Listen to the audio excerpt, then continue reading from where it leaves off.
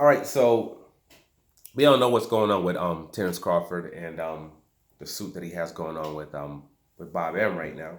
So people are kind of wondering like, okay, well, so what's up with all these the other fighters that are on Top Rank? Especially, I think the main person that they're talking about is Shakur Stevenson, and because start Shakur Stevenson, they've been getting him belts though. They got him a belt at 126 pounds. He went up to 130 pounds and put him into a space where he could fight for a title, and he got a title at 130 pounds as well. Now he's a champion, and they could do a unification with him. I think it was Valdez or whatever his name is, at 130 pounds, and he's not getting that fight. And they're not really pumping him up that much. They're not talking about him like that. I mean, they're hyping up like the Japanese fighter, forget his name, um, him and other people. They're still hyping up Lomachenko. Lomachenko's still getting super hyped. The guy has less than 20 fights, 2 losses, one versus basically a journeyman and one basically versus against a prospect. But he's still being hyped up. They're still pushing the metal when it comes to him. And Shakur is being they've been minimizing him. I say even stunning his growth with the way they talk about him when it comes to their when they have their shows. Um, Max on boxing, whether it be in other televised boxing events on Top Rank. It's just like his greatness is being minimized. And I guess you could say he's not being pushed the way he should as well. When you look at his level of talent and skill, this is a former Olympian who got the silver medal, and he's just progressing and he keeps getting better, and he's showing to be someone that could be one of the best fighters in the world. He might be one of the best fighters in the world right now. He's definitely probably top 20, easy top 20, top 20 or so right now. His skill levels are on that level, but he's not being treated as such. He's not being pushed as such. They're not calling him the next Muhammad Ali or any of that. So it becomes like, what happens with him when it comes, to the situation that he's in. And I mean, when you look at somebody like Shakur Stevenson could have signed with absolutely anybody. He came out the Olympics. Everybody was hyped up about him. Everybody was trying to sign him. Mayweather Promotion was trying to sign him. He could have signed with Al Heyman. He could have did that and fought on PBC. There's, if he wanted to fight on the Zone, he could have signed with the Zone. The outfit that he decided is not. He's not one of those fighters that. Because sometimes as a fighter, you just like Terrence Crawford when he first got with Tom Prank, he was just in a kind of an effed up situation in order for him to get into, with his first contract to get into that, into that limelight, get into that place that he wanted to be at. He had the first person that would grab him when it came to the big leagues. He had to roll with it. So he went ahead and he rolled with Top Rank. Then later on he signed that extension. But in the beginning, him riding with Top Rank, you can't blame him. Like, you have to do what you have to do in order to get to where you're trying to get to. You know, so that's what he did. But that wasn't the case with Shakur. Shakur had his pick of the litter. He had options. That's the option that he chose. Adrian Broner could have signed with Top. Adrian Broner, I think Top Rank, he went over to Bob Arum's house. Bob Arum put up like $400,000 cash, like here, liquid. And he looked at that money and said, "Nah, I'm good." He went over to sign with Al Heyman. And that ended up working the best for him. Earl Spence was the same thing. A lot of upfront money was going to be given to him by Top Rank. Al Heyman wasn't offering that. Abraham's like, "Yo, we can give you a little stipend, and as you grow and you progress, you get paid more. We'll make sure you're going to get the television rights, you're going to get the gates, you're going to get all this stuff. You're going to get all that back in later. But when it comes to upfront right now, this is what we're going to give you." And that's the route that he chose to take. He chose not to take that huge, massive upfront money that was being offered to him, whatever it was, which I'm sure also was hundreds of thousands of dollars. He didn't take that. He took this route. Okay, Javante Tank Davis. He made sure he signed with Al Heyman as well. Yes, he signed him Mayweather Promotions as well, but he signed to Al Heyman. He made sure that was the guy that he was signed to. So as his career progressed, he was good.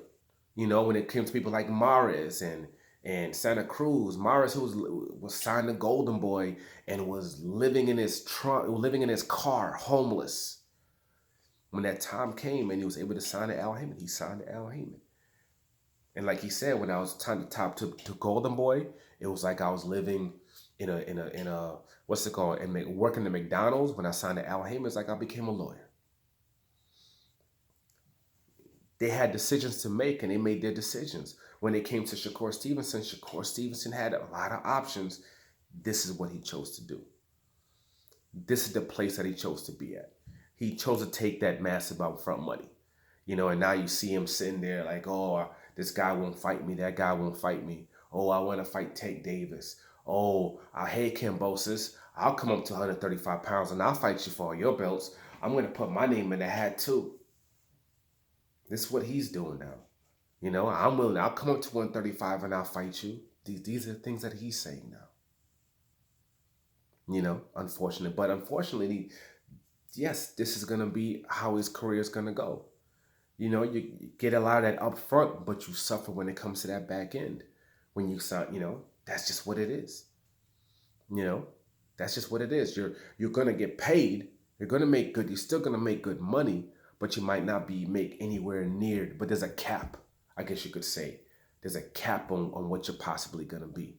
It's hard to jump to that next level.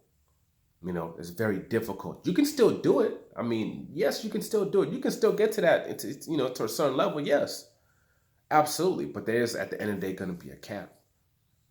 And no, they're not going to promote you that well. They're not going to push you. You're going to have to do all that yourself. You're going to have to. You're going to have to use your social media. You're going to have to go and talk to all these different outlets, to push yourself as a fighter. You're going to have to go to these different events so you can talk to all the different, I guess, people that are over there so your name can be in the airwaves. You're going to have to put in that grunt work. You're going to have to, because they're not going to do it for you. And somehow get a following without necessarily getting the massive major fights that you might, want. Because even if you get fights against certain people like a Lomachenko, they're not going to push those that fight like that. It's not what they do. Taylor had an undisputed fight in a hotel in front of a couple hundred people. That's what they do. This is what Top Rank does. This is what they do. So you have to understand that. Understand who you're signed to, and how they move. They have their budget. They like to stay within this budget. They want to give their fighters this portion of the money. They try to get the fights at locations where they're going to get paid to have in these locations. That's why he has them at a lot of these hotels and his casinos. Makes their deal where he gets his money when it comes to that as well, and that's it. And they stay in that budget. That's how they do things. We want to stay within this budget and make our funds. ESPN is giving us this money, and we're making our money out of this budget. Anything additional is extra, awesome, great. But we're not banking on that. We're staying within these lines, period. And that's what they do. So he needs to understand, he has to understand that. If he wants to, if you want to let those nuts hang, you have that option. You could say, you know what? I'm not going to sign any extensions. I'm going to sit out for this next year and a half. I'm going to be willing to do that in order to get out of this contract. That's what Jesse Vargas had to do. That's what Mikey Garcia had to do. Floyd Mayweather had to pay $800,000 or whatever it is to get out of his contract. So if you don't have something like that and you have to sit out, I guess this would be time to do it now, depending on what he's been spending on his money. Are you spending your money on those nice cars? Are you spending your money on those jewels? Are you spending your money on other things, or are you saving up your money? Because you have to make sure you're in a financial space where you can sit out for the next year and a half if that's what's necessary. In order for you to get out of that contract. But if that's not what you choose to do, you choose to continue rolling with the plan, and you want to continue signing those extensions, and getting that money that you're getting, whatever it is per fight, whatever it is, go ahead, choose that road, but be content with it and be okay with it. Just like Demetrius Andrews, where he's at, he has to be content with it. He has to be okay with it, because this is the road that he chose. And this is the road that Shakur Stevenson chose as well. And I ain't feeling bad for him either. Like, subscribe, share. I'm out.